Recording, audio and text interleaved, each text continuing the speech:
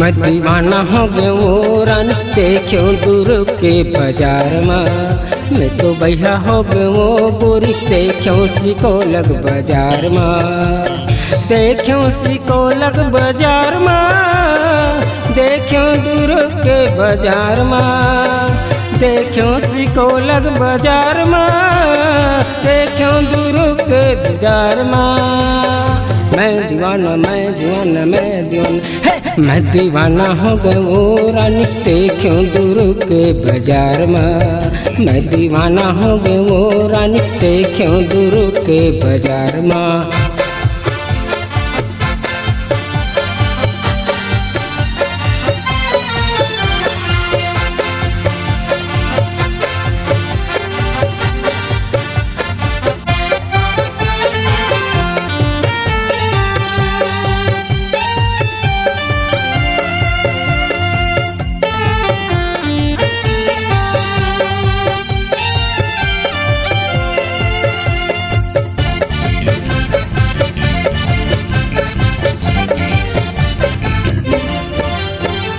जावत रहे तहरानी तोला में है देखो तुरसे मुलाकात हो गए ठाकरे के दुकान में। तुरसे मुलाकात हो गए ठाकरे के दुकान में। मैं है तोला के है रानी का के है लेबे हंस के रानी मोला वो फंसा डरता है।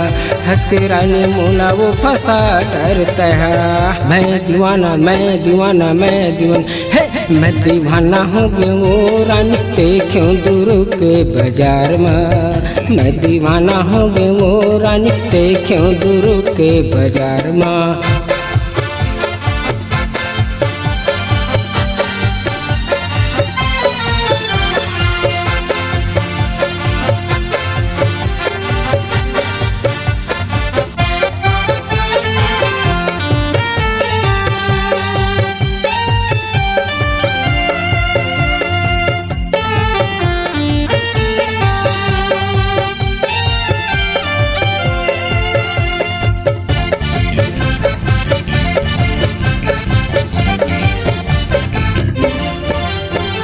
माँ कसम टूरी तोला छोड़ो नहीं मैं तोर करन भुला गई हम मैं सारी दुनिया।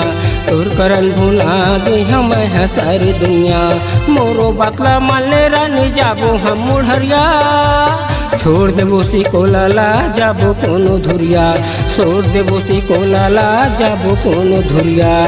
मैं दीवाना मैं दीवाना मैं दीवाना मैं दीवाना हो गया वो रानी देखो दूर के बाजार में। मैं तो भैया हो गया वो रानी देखो उसी को लग बाजार में। देखो दुर्ग के बाजार में, देखो उसी को लग बाजार में। देखो दुर्ग के बाजार में, देखो उसी को लग बाजार में।